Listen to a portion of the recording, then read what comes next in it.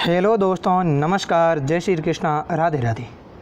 आज हम चर्चा करेंगे अपने जो बीएसटीसी फर्स्ट ईयर के जो आज का जो पेपर हुआ था, अपना 5th पेपर हिंदी भाषा शिक्षण और परिवहन था। आज का पेपर देखते ही जो है मित्रों दिल गार्डन हो गया होगा। बहुत ही इजी पेपर आया था और जैसा पढ़ा था वैसा ही आया था। यानी हमने इसमें पढ़ा भी बहुत लगभग शॉर्ट में ही था। यानी 1.5 घंटे में पर्सन जो 2020 का पेपर था उसको हमने पढ़ा था आधे घंटे की क्लास में। तो 3 पार्ट में वो 2020 का पेपर पढ़ा था। उसके अलावा 4 यूनिट पढ़ी थी हमने, फर्स्ट, सेकंड, थर्ड और फोर्थ। लगभग 1 घंटे और 8-10 मिनट के लमसम इन चारों यूनिट को पढ़ लिया था। फर्स्ट और सेकंड आधे घंटे के लमसम थी और बाकी बात करें थर्ड यूनिट केवल 7 मिनट में पढ़ी थी और फोर्थ यूनिट 11 मिनट में पढ़ी थी। इतनी शॉर्ट पढ़ने के बावजूद यानी इसमें हमने 6-7 क्वेश्चन नहीं लिए थे, 6-7 क्वेश्चन ही प्रत्येक यूनिट पढ़े थे और उनमें से ही पूरे जो है पेपर यहाँ पर जो है पर्सन कॉपी हुए हैं। तो मुझे ये जानकर बहुत ही खुशी हुई कि सारा पेपर इतना शॉर्ट में पढ़ने के बावजूद भी एक भी क्वेश्चन, केवल अपन लास्ट में क्वेश्चन को छोड़ दें मित्रों, 19वें क्वेश्चन को 19 में थोड़ा जो है अनुमान थोड़ा सा साइड में हो गया। वाक्य की जगह मैंने वो विराम चिन्ह वाला तो जो नोट्स में बताया था आपको, लेकिन वाक्य वाला नहीं पढ़ पाए। एक क्वेश्चन को छोड़ दें और बाकी वाले सारे क्वेश्चन सीधी अपने क्लास से पुटअप हुए हैं। तो चलते हैं पेपर के बारे में। अब इस पेपर में कई मित्र बोलेंगे कि अब समझा कर क्या करो गुरुजी, ये तो हो चुका है। तो केवल मामूली डिस्कस कर रहे हैं। बाकी अब जो अपना नेक्स्ट पार्ट है, जो अपना अगला एग्ज़ाम है परसों गणित का, उसके बारे में चर्चा करेंगे। गणित के लिए मित्रों मैं एक बात बता दूं आपको, लगभग गणित में अपने गणित के पेपर में कुल 5 यूनिट है, ठीक है, और एग्ज़ाम अपने परसों है।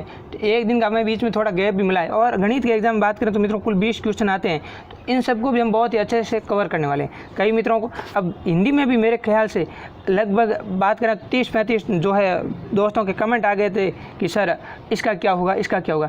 तो इतना लोड नहीं लेना है मित्रों, जैसा पिछले एग्जाम में हुआ था वैसा ही अब होने वाला है। तो गणित को भी हम ज़्यादा जैसे काफ़ी लंबा वीडियो नहीं बनाएंगे, गणित के भी लगभग 10-10, 15-15 मिनट के शॉर्ट वीडियो बनाएंगे। क्योंकि मान लीजिए हम पूरी गणित को इन 5 यूनिट को 2 या 2.5 घंटे में पढ़ते हैं मित्रों, 2.5 घंटे में पढ़ते हैं तो टाइम उतना ही लगना है। एक साथ पढ़ेंगे तो भी 2.5 घंटे ही लगने, और अलग अलग 15-15 मिनट के पार्ट में पढ़ेंगे तो भी टाइम उतना ही लगना है। तो इसलिए अलग अलग में मेरे ख्याल से क्लास भी जल्दी अपलोड हो जाएगी और आप भी आराम से देख सकोगे। तो शाम से गणित का शुभारंभ करेंगे। अब हम देखते हैं इसके बारे में थोड़ा शॉर्ट में ही। हिंदी भाषा का उद्भव अब्रिन से हुआ। तो हमने बहुत ही अच्छे से पढ़ा था कि ये हिंदी भाषा का उद्भव शौरसेनी अब्रिन से हुआ था। मैंने आपको कहा था सबसे प्राचीन भाषा है संस्कृत के बाद पाली, प्राकृत, फिर शौरसेनी के अब्रिन से हुआ था। इस प्रकार हमने इसको बहुत ही अच्छे से पढ़ा था। और नेक्स्ट है वर्तमान में मानक हिंदी किस रूप में प्रयुक्त होती है। तो मित्रों बात करें वर्तमान में मानक हिंदी की, यानी लगभग 5-6-7 इतने ही क्वेश्चन पढ़े थे प्रत्येक यूनिट में और वो ही कॉपी हो गए। अब सेकंड यूनिट में हमने केवल 4 ऑब्जेक्टिव पढ़े थे और उसमें से वो कॉपी हो गया है। तो मानक हिंदी का रूप है वो है खड़ी बोली।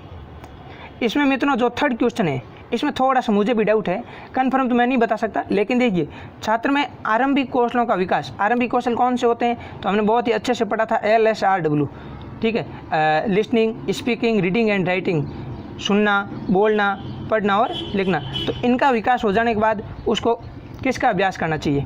तो मेरे ख्याल से ये मौन वाचन ही करेक्ट होगा। फिर भी इसमें मैं कन्फर्म नहीं बता पाऊंगा।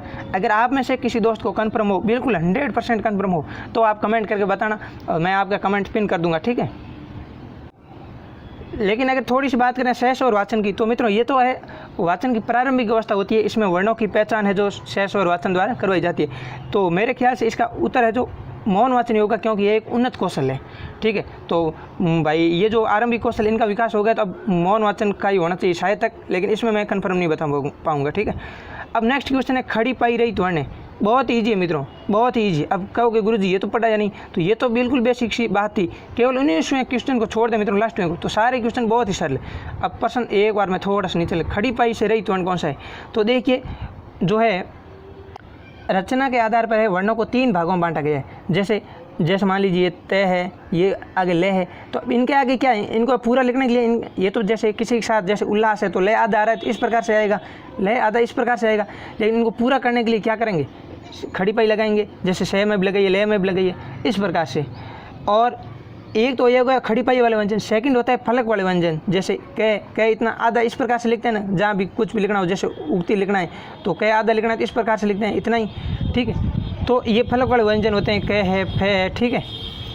और थर्ड जो होता है वो होता है पेंदे वाले व्यंजन। मित्रों पेंदे वाले में ये टे, ठे, डे इस प्रकार के आते हैं, जिनको आधा लिखना है ना, तो अब इनके आधा लिखने के लिए केवल इनके नीचे अलंत का प्रयोग होता है। तो बहुत ईजी है, क्योंकि आप खड़ी पाई शब्द जानते हो इस प्रकार की होती है, तो इन सब में खड़ी पाई नजर आ रही है, ले में भी आ रही है, ते में भी आ रही है, तो पीछे बच्चा कौन, ठे बच्चा है, तो ये पेंदे वाला व्यंजन है, अलग है, ठीक है। नेक्स्ट है बोली, किसे कहते हैं। 7-8 बार पढ़ चुके हैं बोली, और 4th पेपर में भी काफ़ी अच्छे तरीके से इसको अपन पढ़ चुके हैं कि जो है भाषा का क्षेत्रीय रूप क्या है, बोली है। भाषा का क्षेत्रीय रूप ही बोली है। बोली और भाषा में अंतर, वैसे हमने इसकी फर्स्ट यूनिट में भी पढ़ा था। मारवाड़ी बोली किस क्षेत्र में बोली जाती है, 2020 का हूबहू पेस्ट हुआ है। मारवाड़ी बोली हमने अच्छे से पढ़ा था कि जोधपुर के क्षेत्र में बोली जाती है, और अगर आप और भी लिखना चाहो तो जोधपुर के आसपास के क्षेत्र में, जैसे जैसलमेर है, बाड़मेर, बीकानेर, उनका भी साथ में उल्लेख कर सकते हो। बहुत ही ईजी पेपर आया था मित्रों। भाषा शिक्षण के मूल उद्देश्य 4 थे, LS RW। इसको देखिए, यूनिट 2 में हमने लगभग 8-9 क्वेश्चन पढ़े थे, तो उसमें छोटा वाला क्वेश्चन भी था, ठीक है, भाषा के मूल उद्देश्य, तो उसमें हमने पढ़ा था पढ़ना लिखना जो है, ठीक है, लर्निंग, स्पीकिंग, LS RW में ये पढ़े थे।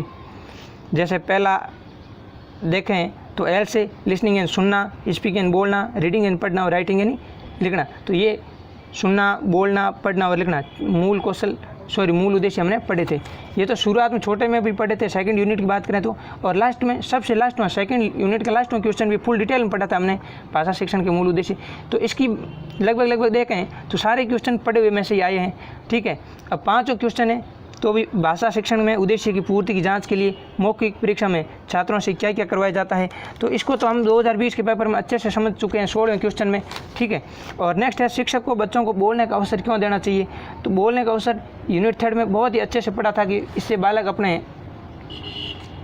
जो है भाषा का शुद्ध उच्चारण सीखेगा, उसको शुद्ध बोलना सीखेगा, और शिक्षक के सामने उसकी जो झिझक है वो मिट जाएगी। इस प्रकार से हमने पढ़ा था।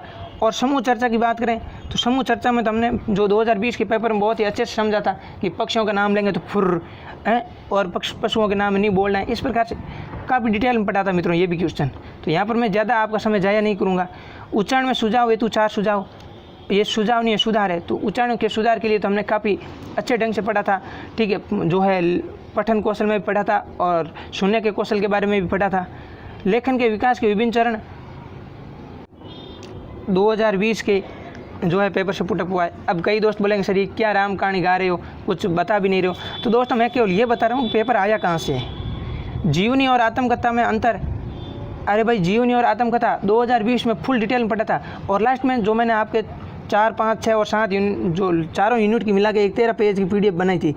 13 पेज की नहीं थी मित्रों, वो तो अगर इस टाइप में थी, और कुल मिला के देखें तो अगर आप इसको हॉरिजॉन्टल मोड की बजाय सीधा पढ़ोगे ना, ठीक है, मतलब मोबाइल को सीधा करके पढ़ोगे ना, तो वो केवल और केवल 5 पेज की यूनिट है, 5 पेज की PDF है। अब कई दोस्तों कमेंट आ रहे थे सर इतना शॉर्ट में कैसे, तो भाई टाइम ही पीछे शॉर्ट ही था, लेकिन क्वेश्चन उससे बाहर नहीं गया है। जीवनी और आत्मकथा हमने PDF में पढ़ा था, लास्ट में जो 4 यूनिट की एक साथ 13 पेज की PDF थी उसमें भी पढ़ा था, और 2020 के पेपर से सीधा पुटअप हुआ है। बहुत ही अच्छे से मैंने समझाया भी है 2020 के पेपर में इसको। विकारी और अविकारी, ये उन्हीं है, विकारी और अविकारी शब्दों को 2020 में फुल डिटेल में पढ़ा था कि विकारी जिनमें जो है लिंग, वचन और क्रिया के अनुसार परिवर्तन हो जाता है। संज्ञा, सर्वनाम, क्रिया, विशेषण 4 ये विकारी होते हैं, और 4 जो है अविकारी थे जिनको लिंग, वचन और क्रिया विशेषण वगैरह इसमें आते हैं कि लिंग, वचन, क्रिया के अनुसार इनमें परिवर्तन नहीं होता है, तो वो अविकारी थे। जो जिनमें परिवर्तन हो जाए लिंग, वचन और क्रिया के अनुसार विकारी, और जिनमें लिंग, वचन और क्रिया के अनुसार परिवर्तन न हो अविकारी। बहुत ही अच्छे से पढ़ा था। मौखिक अभिव्यक्ति की बात करें 12वें क्वेश्चन की, तो 12वें क्वेश्चन यूनिट 3 जो हमारी थी मौखिक अभिव्यक्ति की थी, और पहली लाइन में हमने पढ़ा था कि मौखिक अभिव्यक्ति क्या होती है। तो मौखिक अभिव्यक्ति में हमने देखा कि अर्थपूर्ण जो शब्द होते हैं उनका जो है मतलब क्रमबद्ध या नियोजित और नियंत्रित विचारों को बोल करके प्रकट करना, ये मौखिक अभिव्यक्ति थी। यानी अपने विचारों को बोल करके प्रकट करना हम बता सकते हैं कि मौखिक अभिव्यक्ति थी। इसकी उपादेयता का अर्थ होता है मित्रों उपयोगिता। तो मौखिक अभिव्यक्ति की उपयोगिता क्या है, तो जैसे भाषा जो अपने विचारों को स्पष्टीकरण में सरलता होगी, ठीक है, वक्तृत्व का विकास, इस प्रकार से जो इसकी उपयोगिता में आप बहुत कुछ लिख सकते हो। आकलन की आवश्यकता की बात करें तो आकलन की आवश्यकता हूबहू कॉपी पेस्ट हुआ है, जो यूनिट 2 का 16वां क्वेश्चन है। यूनिट 2 का 16वां क्वेश्चन हूबहू कॉपी पेस्ट हुआ है। आकलन की आवश्यकता क्या है समझिए, फुल डिटेल में पढ़ा था। और यूनिट 3 में भी हमने पढ़ा था कि आकलन के तरीके, जो 4 तरीके थे, ठीक है, स्व आकलन, सहपाठियों द्वारा आकलन, समूह आकलन और एक व्यक्तिगत आकलन, ऐसा कुछ करके पढ़ा था। वह आकलन के 4 प्रकार भी पढ़े थे।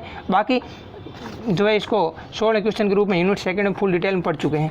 जो 14 क्वेश्चन है, पठन कौशल के विकास के लिए शिक्षक कौन कौन सी क्रियाएं कर सकता है, तो 4th यूनिट में ये लास्ट में हमने लास्ट क्वेश्चन था 4th यूनिट का, केवल 7 मिनट में यूनिट पढ़ी थी, 7 में थी या शायद 11 में थी, और उसका लास्ट क्वेश्चन यही था पठन कौशल से संबंधित।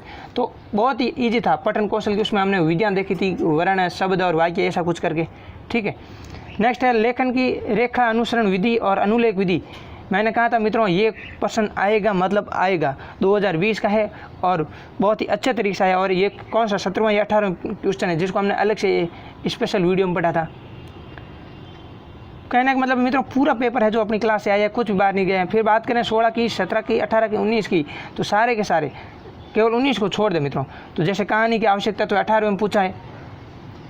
तो जो लास्ट की PDF थी मैंने 4 यूनिट की बना के टेलीग्राम ग्रुप में भेजी थी कि भाई 4 यूनिट अपन पढ़ चुके हैं और पीछे, क्योंकि एग्जाम के बीच में गैप है नहीं दोस्तों, तो आप उसको अगर मैं एक्सप्लेन करना चाहता तो लगभग 40-45 मिनट में उसको भी समझा सकता था। 13 पेज थे और कुल मिला के देखें तो 5 पेज थे अगर सीधे मोड में देखें तो, ठीक है। तो वहाँ से भी हूबहू प्रश्न कॉपी पेस्ट हुए हैं। कुल मिलाकर एक वाक्य वाला हम नहीं पढ़ पाए, उसके लिए ठीक है 1 प्रश्न बाहर गए, लेकिन बहुत ही बेसिक बात है। अगर आपने 8 10 मिनट में तो ये वाक्य विचार पढ़ाइए, और अगर आप साथ में कंपटीशन तैयारी करें, कई दोस्त मेरे ख्याल से ग्राम सेवक है, पटवार है इनकी, तो उन्होंने भी इसको अच्छे से पढ़ा होगा, ठीक। वाक्य के वैसे देखकर मित्रों 3 प्रकार होते हैं, संयुक्त, सरल और मिश्र, लेकिन रचना और अर्थ के आधार पर वाक्य के 8 भेद होते हैं, ठीक है। तो इसको भी हम मौका मिलेगा जब इसको आराम से फुल डिटेल में पढ़ेंगे। तो क्लास को अधिक से अधिक लाइक कीजिएगा, और चैनल पर फर्स्ट बार विजिट करे हो तो सब्सक्राइब करके बेल के आइकन को जरूर प्रेस कर लीजिएगा। और गणित की मित्रों जो क्लास हैं अपन थोड़ा थोड़ा करके छोटे छोटे रूप में बहुत ही अच्छे तरीके से पढ़ने वाले हैं, क्योंकि आज तक कोई क्वेश्चन बाहर नहीं गया है, और एक आधा जाए तो वो अपवाद के रूप में आप मान लेना, ठीक है। एक आधा गया, जैसे आज ये 19 में गया है, तो कोई 1-2 क्वेश्चन चला जाए तो अपवाद के रूप में उसकी गारंटी नहीं है। बाकी 90% सिलेबस अपनी क्लास से बाहर नहीं जाएगा, और अपनी क्लास होगी कितनी, लगभग 2 से ढाई घंटे की, और लास्ट ईयर का पेपर लगभग 1.5 से 2 घंटे में सॉल्व करेंगे। तो ये अगर 3-3.5 घंटे आप निकाल करके अपने एक सब्जेक्ट को अच्छे से मजबूत कर लेना मित्रों, तो किसी जो है आप अच्छे से अच्छे मार्क्स अपने एग्ज़ाम में अर्जित कर सकते हो। तो मेरे ख्याल से जो मैंने 2-3 वीडियो डाली थी उससे आपको बहुत ही ज़्यादा मदद मिली होगी, कमेंट करके ज़रूर बताना। और आपके जो मित्रों इतने अच्छे और प्यारे कमेंट हैं, यही मेरा मोटिवेशन है। तो आपका जो प्यार और स्नेह है उसके लिए आपको बहुत बहुत धन्यवाद, और जय हिंद, जय भारत। फिर हम मिलते हैं नेक्स्ट क्लास में दोस्तों, तब तक के लिए धन्यवाद।